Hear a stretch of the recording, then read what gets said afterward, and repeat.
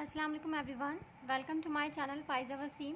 आज की इस वीडियो में हम राउंड रॉबिन की प्रॉब्लम सॉल्व करेंगे।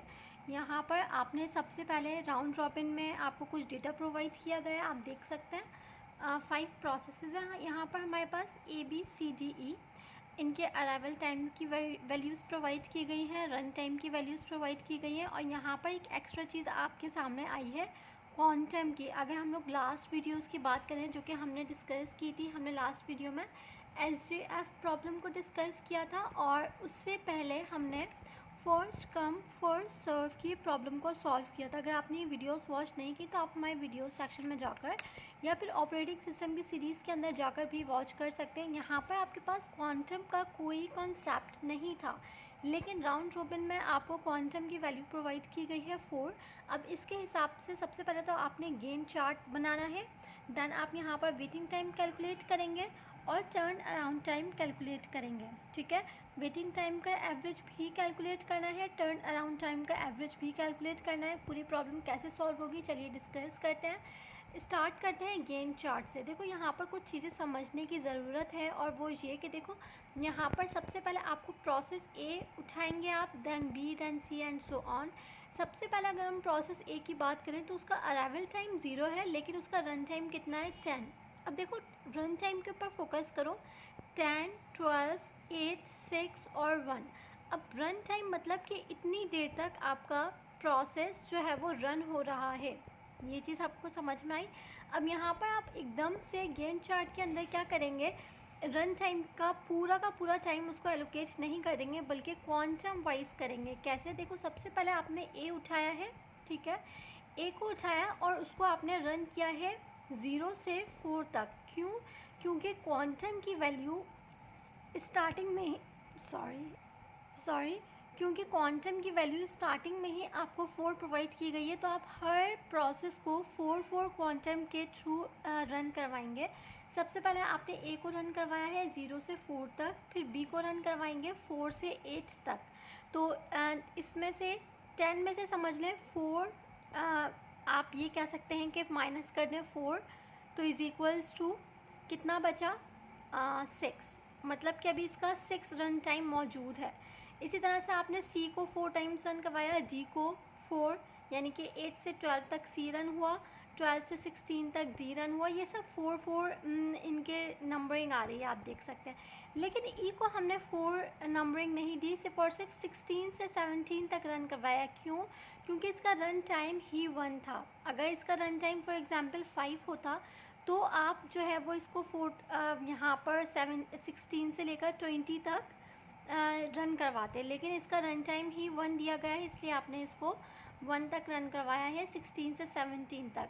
सारे प्रोसेसेस कंप्लीट हो गए, देन आप दोबारा ए से स्टार्ट करेंगे। ए में 4 कंप्लीट हो गए थे, 6 बाकी थे, लेकिन फिर आप इसको 4 टाइम्स ही करवाएंगे। तो 4 पहले हो गए थे, 4 बाद में हो गए, 8 हो गए, 2 बाकी बचे हैं इसके, ठीक है, 2 इसके बाकी बचे हैं। इसी तरह से बी को रन करवाएंगे आप, कितना देखो 4 पहले रन हो गए थे, दोबारा से 4 करवाएंगे तो 21 से स्टार्ट हुआ, 25 पे ख़त्म हो गया। अब 4 इसका भी 8 हो गए और 4 बाकी बचे हैं, इसके 2 बाकी बचे, इसके 4 बाकी बचे हैं। सी को रन करवाएंगे आप, इसका रन टाइम ही 8 था, तो 4 पहले हमने रन करवा दिया था, 4 टाइम्स अब रन करवा दिया, तो सी कंप्लीट हो गया। इसके बाद आप देखेंगे सी हमारे सामने नहीं आएगा। डी की तरफ पहुँचे, देखो डी में 4 आप रन करवा चुके थे, 6 में से 4 चले गए तो कितने बचे 2। तो अब आप इसको 4 टाइम्स नहीं करवाएंगे बल्कि 2, क्यों? क्योंकि 4 हम करवा चुके थे, टोटल रन टाइम ही 6 था, तो 2 बाकी बचे, 29, 30, 31, 2 टाइम्स इसको रन करवा दिया। ठीक है, ई हमारे पास अब नहीं आया क्योंकि ई का रन टाइम कंप्लीट हो चुका था, डी का रन टाइम भी कंप्लीट हो चुका है और सी का भी रन टाइम कंप्लीट हो चुका है। इसके बचे थे 2, तो ये 31 से स्टार्ट हुआ, 33 पे ख़त्म हुआ, और इसका 4 बचा था तो ये 33 से स्टार्ट हुआ, 37 पे ख़त्म हुआ। गेन चार्ट इस तरह से बन गया। वेटिंग टाइम कैलकुलेट करेंगे। वेटिंग टाइम का फॉर्मूला मैं आपको पहले बता चुकी हूँ, starting time minus arrival time की वैल्यू। अराइवल टाइम की वैल्यूज़ यहाँ पर आपको प्रोवाइड की गई हैं, ठीक है। और स्टार्टिंग टाइम यहाँ पर आप देख सकते हैं कि ए पहले 0 पे स्टार्ट हुआ था, फिर यहाँ पे 17 पे स्टार्ट हुआ है, ठीक है, और देन यहाँ पर 31 पे स्टार्ट हुआ है। तो आप क्या करेंगे, देखो 17 माइनस 4 क्यों दिया है, क्योंकि इसका मैं आपको बता देती हूँ, एक सेकेंड। अब यहाँ पर आप ये चीज़ ध्यान में रखिएगा कि हमने कितनी बार ए को रन टाइम प्रोवाइड किया है, 1 2 3, बी को करवाया है 1 2 3, सी को 1 2, डी को 1 2 और ई को एक ही बार। तो यहाँ पर आपको इन सब का अलग अलग से वेटिंग टाइम कैलकुलेट करना पड़ेगा। फॉर्मूला है हमारे पास starting time minus arrival time. देखो ए का सबसे पहले आपने किया है 4 माइनस 0 आपने करना था, 4 माइनस अराइवल टाइम था 0, लेकिन इज इक्वल्स टू 4 वो हमने किया नहीं है। इसके बाद यहाँ पर आप देख सकते हैं हमने क्या किया है, 70 इस वाले का कैलकुलेट किया है। 17 का देखो 17 से स्टार्ट हो रहा था, ठीक है, और यहाँ पर 4 पे ख़त्म हो रहा था। तो 17 माइनस 4 इज इक्वल्स टू इसकी वैल्यू आ गई 13।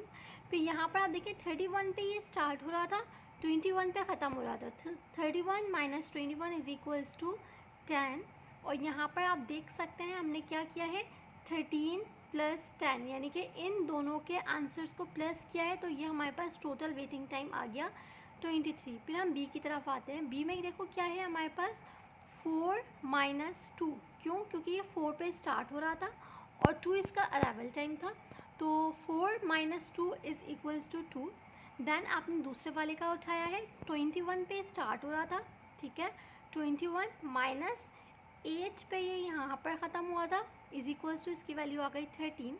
और थर्ड वाला यहाँ पर आप देख सकते हैं 33 पे ये स्टार्ट हुआ था, 33 माइनस ये वाला 25 पे ख़त्म हुआ था, 33 minus 25 is equals to 8, is equals to आप देख सकते हैं इन तीनों की वैल्यूज़ को प्लस किया है, यानी कि 2 plus 13 plus 8 is equals to 23।